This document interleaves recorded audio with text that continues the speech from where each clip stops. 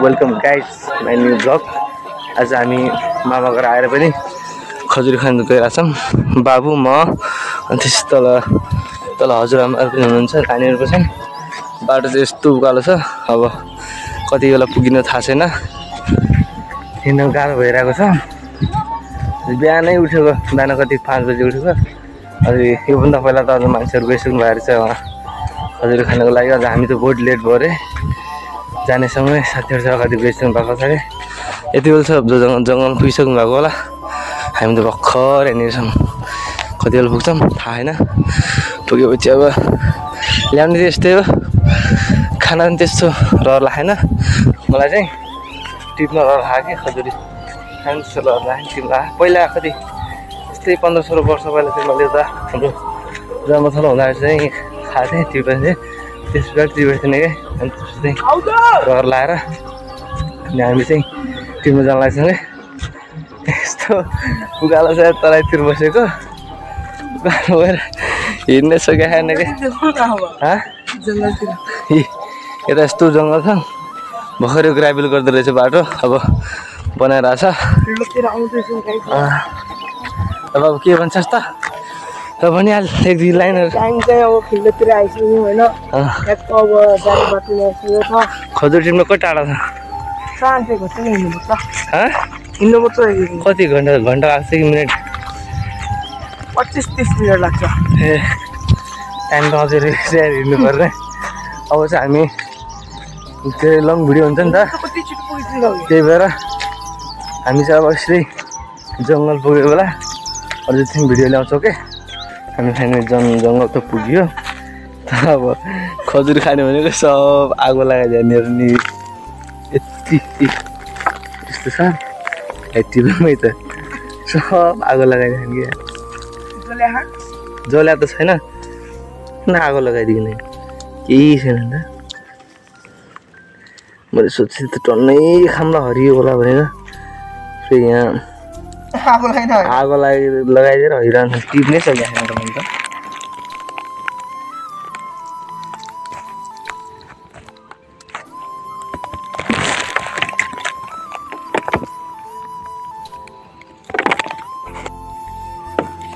जाऊ अगाडि बाबु। टिप्न अझै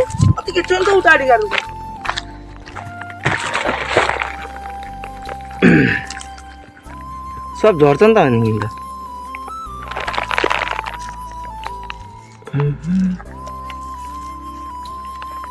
तल त बाख्रा बर्गौला जस्तो देखिन्छ नि त, बाख्राको बर्गौला हुन्छ नि त्यस्तै देखिन्छ नि त। त्यसपछि यहाँनिर छन् कि योलाई चाहिँ यतापट्टि पल्टाम। वाउ वाउ, मैले यो भाँचेर लग्छु अब। वाउ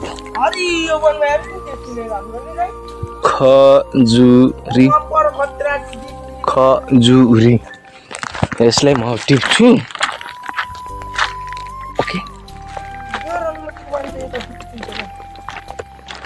स्ट्यान्डले यहाँ मोबाइल क्यार्ने गाह्रो छ। ब्लग बनाउँदै गर्दै टिप्न त गाह्रो छ, बहुत गाह्रो यार। है ठिक छ टिप्नुको त आज सबलाई जित्नुपर्छ क्या।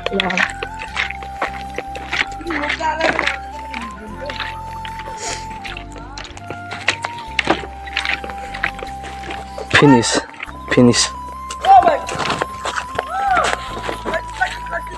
अब हाम्रो त्यहाँ आएको हुन्छन्, केही छैन, जुप्पा मात्रै छ।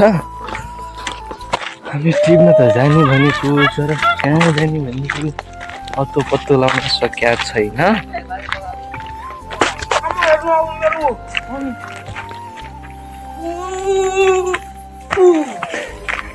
लोड लाग्छ कि खत्तम होला।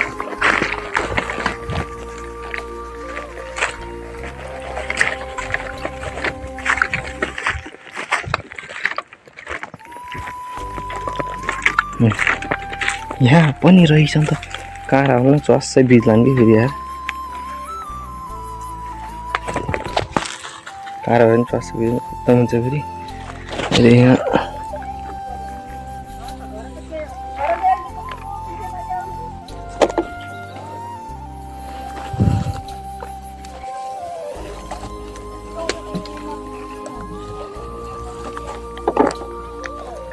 अलिअलि छन् खजुरी पनि यार।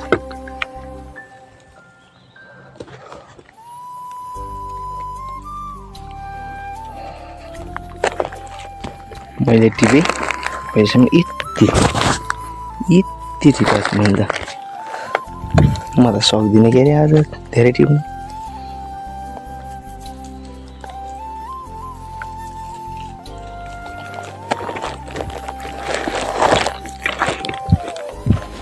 मलाई पानीले डिस्टर्ब गर्दा चाहिँ पानीलाई फालिदिन्छ थाहा हुन्छ अहिले।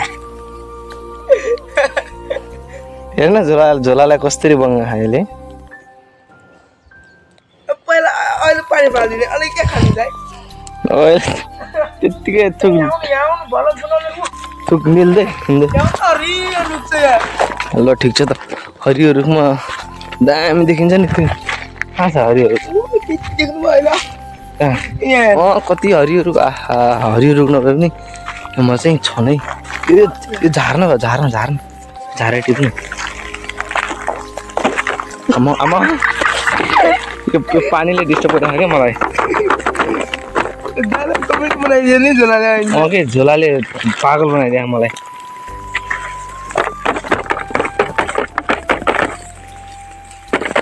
काँचा पनि झर्छ के हुँदैन घरै छान्नु। ल ठिक छ। मलाई पानी दिलाइदिनु हामीले चाहिँ अब अलिअलि गर्दै टिपिसकेका छौँ। यसलाई पनि झार्छ। हातले टिप्न अलिक ढिला हुने हो। झार्दै हिँड्दै काँचा पनि काँचा पाका सब किन घर अब खाने भयो थाहा पाउँछ सबले। एउटा कुरामा त फाइदा भएको छ यो झोलाले गर्दाखेरि। यस्तो भने यसो भने यहीँ झार्ने मजा भइरहेछ। अब फेरि उताटी भन्छ न रहेछ नि त कस्तो ठाउँ छ नि त खजुरी पनि। हजुर यो भिडियो गर्छ हाल्दिने गर्लफ्रेन्ड नभए मान्छेलाई अब नगर्ने क्या नै छ थाहा छ। तर पनि त्यसलाई प्राइभेसी राख्नुपर्छ क्या। त्यसलाई भन्नु हुन्न भन्ने मान्छेलाई भन्नुपर्छ। चिन्ने मान्छेलाई भन्नु नकिन बिल्ला हुन्छ। अनावश्यक कुरामा त्यस्तो कुरा गर्नुहुन्न कि। आहा हेर्नुहोस् त यो कति राम्रो छ। खाने बेला तपाईँ आउनुहोस् सुर्खेतमा। म टिप्न त सक्दिनँ। मेरो भाइले ल्याइदिन्छ यतातिर। जति खायो भने आफै टिप्ने खाने। टिप्न कसरी सक्दैन फेरि।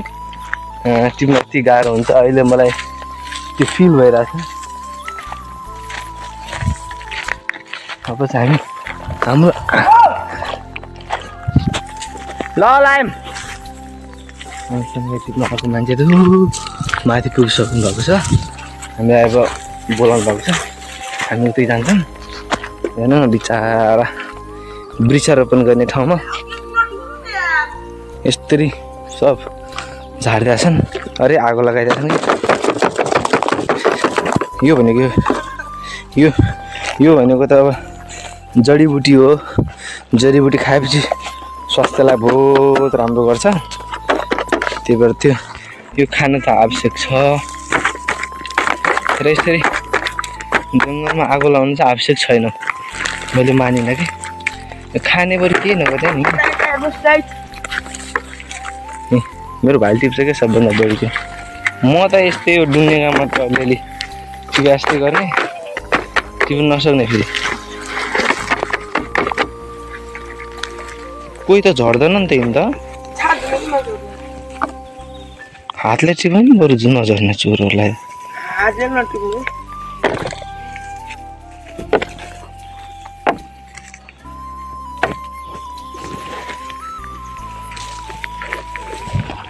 अघि भागिने के काम छ अलिअलि खानु पनि पर्छ क्या। दामी हो यो। कहाँ भागिने बेला झर्ने त।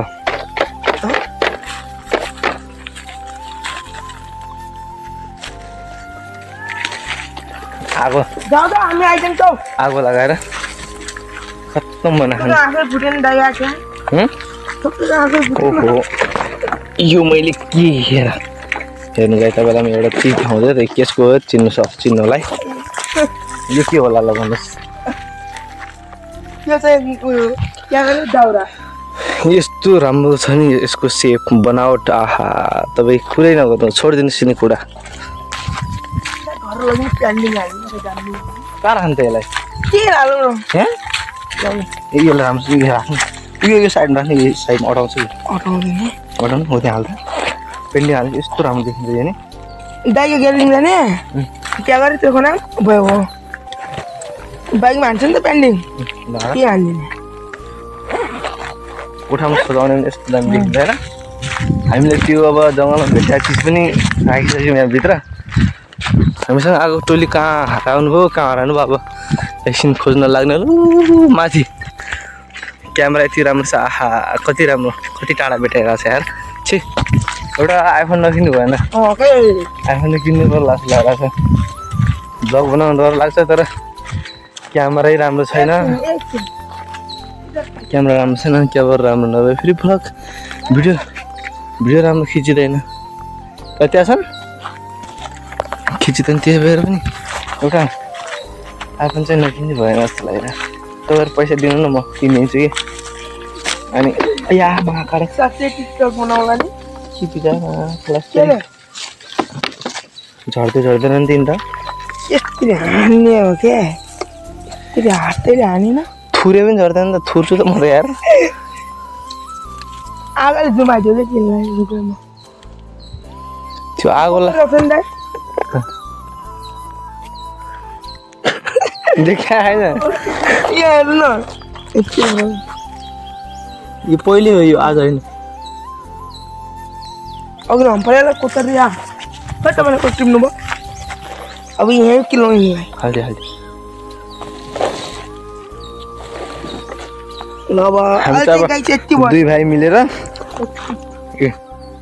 यति बनाएको छौँ अब अलिअलि गर्दै अब यो झोलाबरी लग्ने भन्ने विचार छ यहाँ छन् मैले त अलिक केही देख्दिनँ त छला पनि छैन देख्दा पनि देख्दिनँ मैले त अलिक धेरै भएको ठाउँतिर अलिक जानु पर्ला जस्तो लागेर छ है हामी चाहिँ अब धेरै भएकोतिर जान्छौँ है त ओके